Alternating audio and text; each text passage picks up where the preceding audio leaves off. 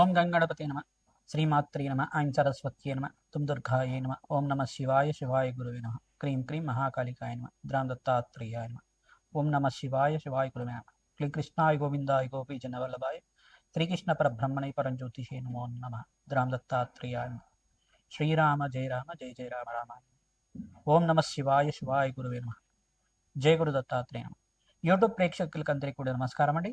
నేను పాలపర్తి గురునాథ్ శర్మ జ్యోతిషం వాస్తు సిద్ధాంతిని. మీకంతా కూడా గోచారిత్య గ్రహాల యొక్క స్థితిగతి కలియిక వాటి ప్రభావం అంతా కూడా మేషాది ద్వాదశ రాశుల వాళ్ళకి ఎటువంటి ప్రభావం అంతా కూడా చూపిస్తుంది, వాటి గ్రహాల యొక్క కలియిక ప్రభావం అంతా కూడా విశ్లేషణ చేసి పరిష్కారం చెప్పడం జరుగుతుంది. ప్రధానంగా మార్చి నెల మాస ఫలితాల్లో భాగంగా 18వ తారీఖు రోజున ప్రధానంగా ఫాల్గుణ మాసం అమావాస్య అంతా కూడా సిద్ధిస్తుంది. ఆ రోజు నుంచి ఈ యొక్క అమావాస్య తర్వాత నుంచి కూడా మీకంతా కూడా మేషా ద్వాదశ రాశుల వాళ్ళకి లక్ష్మీ కటాక్షం అనుగ్రహం అంతా కూడా సిద్ధించడానికి ఆస్కారం ఉంటుంది. మీకంతా కూడా మహాలక్ష్మి అనుగ్రహం కలగబోతుందనే ఈ 5 సంకేతాలంతా కూడా మీకంతా కూడా పరిష్కారం జరుగుతుంది. ఖచ్చితంగా మీకంతా కూడా ధనాదాయం పెరగడానికి ఆస్కారం ఉంటుంది. లక్ష్మీ కటాక్షం సిద్ధించడానికి ఆస్కారం ఉంటుంది. అదృష్ట యోగం పట్టబోతుంది. ప్రధానంగా అదృష్ట యోగం పట్టబోతున్న 5 రాశులు అంతా కూడా చెప్పబోతే ప్రధానంగా చూసుకుంటే ఈ యొక్క మీనరాశిలో అంతా కూడా శనీశ్వరుడు, శుక్రుడు, రవి యొక్క సంచారం జరుగుతుంది. మరియు కుంభరాశులు అంతా కూడా 4 గ్రహాల కలయిక అంతా కూడా సంభవిస్తుంది. ప్రధానంగా చూసుకుంటే రాహువు మరియు బుధుడు, అంగారకుడు, ఈ యొక్క సూర్య భగవానుడు అంతా కూడా కలయిక జరుగుతుంది. మరియు మిథున రాశిలో అంతా కూడా బృహస్పతి యొక్క సంచారం జరుగుతుంది. ఈ యొక్క కేతు యొక్క సంచారం అంతా కూడా చూసుకుంటే సింహరాశిలో సంచారం జరుగుతుంది. ప్రధానంగా చూసుకుంటే ఈ యొక్క గ్రహస్థితి అంతా కూడా యోగకరంగా ఉంటుంది. ప్రధానంగా గ్రహస్థితి అంతా కూడా చూసుకుంటే మీనరాశిలో 3 గ్రహాలు, కుంభరాశిలో 4 గ్రహాలు మరియు బృహస్పతి సంచారం అంతా కూడా మిథున రాశిలో సంచారం జరుగుతుంది. సింహరాశులు అంతా కూడా కేతు యొక్క సంచారం అంతా కూడా జరుగుతుంది. ప్రధానంగా మీకు అంతా కూడా చూసుకుంటే కొన్ని రాశుల వాళ్ళకి మిశ్రమైన ఫలితాలు ఇస్తున్నాయి. అదృష్ట యోగాన్ని కూడా ఇవ్వబోతున్నాయి. ప్రధానంగా శుక్రుడు ఉచ్చస్థానంలో సంచారం చేయడం వల్ల రాజయోగం పట్టబోతున్న రాశులంతా కూడా చూసుకుంటే ప్రధానంగా మీనరాశి వాళ్ళకి రాజయోగం పట్టబోతుంది. లక్ష్మీ కటాక్షం సిద్ధిస్తుంది ప్రధానంగా. మరియు ఇక్కడ చూసుకుంటే ఇక్కడ వృషభ రాశి జాతకులకంతా కూడా రాజయోగం పట్టబోతుంది. మరియు మీకంతా కూడా రాజయోగం సిద్ధించడానికి, లక్ష్మీ కటాక్షం అంతా కూడా సిద్ధించడానికి ఆస్కారం ఉంటుంది. వృత్తిలో వ్యాపారంలో అభివృద్ధి కలగడానికి, ఉద్యోగంలో మార్పులు కలగడానికి, స్థిరాస్తి లభించడానికి కానీ, గృహయోగం సిద్ధించడానికి కానీ ఆస్కారం ఉంటుంది. ధనాదాయం పెరగడానికి కానీ ఆస్కారం ఉంటుంది. ప్రధానంగా రాష్ట్రాధిపతి ఎప్పుడైతే ఉచ్చస్థానంలో గోచార సంచారం అంతా కూడా చేస్తుంటారో రాజయోగం పట్టబోతుంది. ప్రధానంగా మీకంతా కూడా ప్రధానంగా విశ్వసన సంవత్సరంలో వచ్చే ఈ ఒక సంవత్సరంలో అంతంగా వచ్చే అమావాస్యగా చెప్పడం జరుగుతుంది. తద్వారా మీకంతా కూడా ఈ అమావాస్య రోజున ఎవరైతే కనుక రావి చెట్టు, వేప చెట్టు ఉన్న ప్రాంతం దగ్గర మీరంతా కూడా ఆవనేతో దీపారాధన మరియు నువ్వులతో దీపారాధన అంతా కూడా పెట్టడం వల్ల, అఖండ దీపారాధన చేయడం, ఉప్పు దీపం అంతా కూడా పెట్టడం వల్ల మీకంతా కూడా అక్కడ ఖడ్గమల స్తోత్రం కానీ, దేవి ఖడ్గమల స్తోత్రం కానీ, కాలభైరవ అష్టకాన్ని కానీ, కాలభైరవ స్వామి యొక్క అష్టోత్తర నామాలు కానీ చదువుకోవడం వల్ల, దత్తాత్రేయ యొక్క స్తుతి అంతా కూడా చేసుకోవడం వల్ల, దత్తాత్రేయాయ స్మరణ మాత్రైన సంతుష్టాయిన నామాన్ని అంతా కూడా జపాన్ని ఆచరించడం వల్ల కార్యసిద్ధి, కార్యజయం కలగడానికి ఆస్కారం ఉంటుంది. లక్ష్మీ కటాక్షం సిద్ధించడానికి ఆస్కారం ఉంటుంది.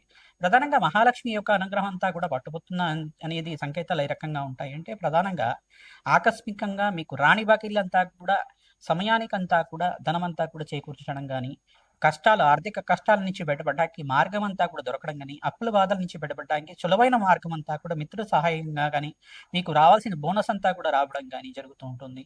ప్రధానంగా స్థిరాస్తి లభించడం కానీ, మీకు కోర్టు కేసుల్లో ఉండే స్థిరాస్తి అంతా కూడా మీకు రావడానికి ఆస్కారం ఉంటుంది. మరియు ఇక్కడ శుక్రుడి యొక్క సంచారం, ఉచ్చస్థానంలో సంచారం ఈ యొక్క మిత్రగ్రహమైన శనీశ్వరుడితో పాటు కలియిక అంతా కూడా యొక్కరంగా మారబోతుంది.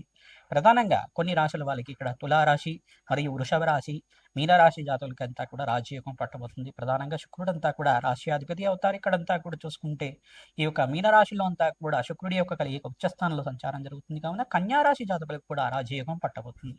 ప్రధానంగా మీకంతా కూడా ధనాదాయం పెరగడానికి ఆస్కారం ఉంటుంది. ప్రధానంగా చూసుకుంటే ఈ మార్చి నెలలో అంతా కూడా మాసాంతంలో మంచి శుభవార్త వినడానికి ఆస్కారం ఉంటుంది. ధనాదాయం అంతా కూడా ఆకస్మికంగా ధనయోగం అంతా కూడా సిద్ధించడానికి మహాలక్ష్మి అనుగ్రహం కోసం లక్ష్మీ కుబేర శాంతి హోమాది కార్యక్రమాలు ఆచరించుకోవడం. ప్రధానంగా జాతకరీత్యా బృహస్పతి యొక్కరంగా ఉన్నారా లేదా చూసుకోవాలి. ధనాధిపతి ఏ రకంగా ఉన్నారు, పంచమాధిపతి, నవమాధిపతి, దశమాధిపతి ఏ రకంగా ఉన్నారు. ఈ యొక్క ఉద్యోగ స్థానం అంతా కూడా పంచమ స్థానం చెప్తారు. దశమ స్థానం అంతా వృత్తి వ్యాపారంలో అభివృద్ధి కోసం చెప్తారు.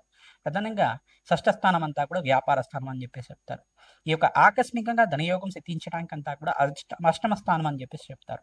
అష్టమాధిపతి, షష్టమాధిపతి మరియు దశమాధిపతి, పంచమాధిపతి యొక్కరంగా ఉండాలి. ధనాధిపతి 2వ స్థానం అంటే కుటుంబ స్థానం, ధనస్థానం అంటారు. ఇక్కడంతా కూడా కుటుంబ సౌఖ్యం అంతా కూడా సిద్ధించడానికి ఈ రాశుల వాళ్ళకంతా కూడా యోగకరంగా ఉంటుంది. వీకంతా కూడా ధనాదాయం పట్టబోతుంది. అదృష్ట యోగం సిద్ధిస్తుంది.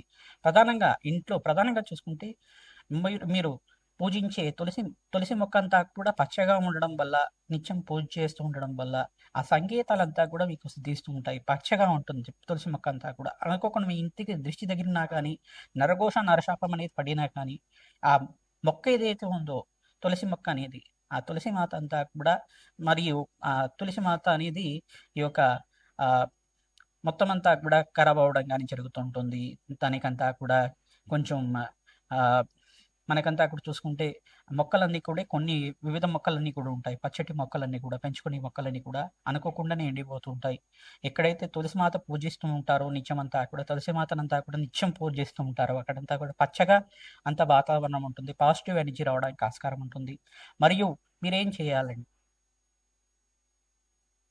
శంకు పూలని అంతా కూడా నాటడం వల్ల శ్రేష్టమైన ఫలితాలు పొందడానికి ఆస్కారం ఉంటుంది. మీ గృహంలో కానీ, అపార్ట్మెంట్ స్థలంలో కానీ, ఈశాన్య మూలలో శంకు పూలనంతా కూడా నాటడం వల్ల, శంకు పూల యొక్క మొక్కనంతా కూడా నాటడం వల్ల అదృష్ట యోగం సిద్ధిస్తుంది. ధనాదాయం పెరగడానికి ఆస్కారం ఉంటుంది.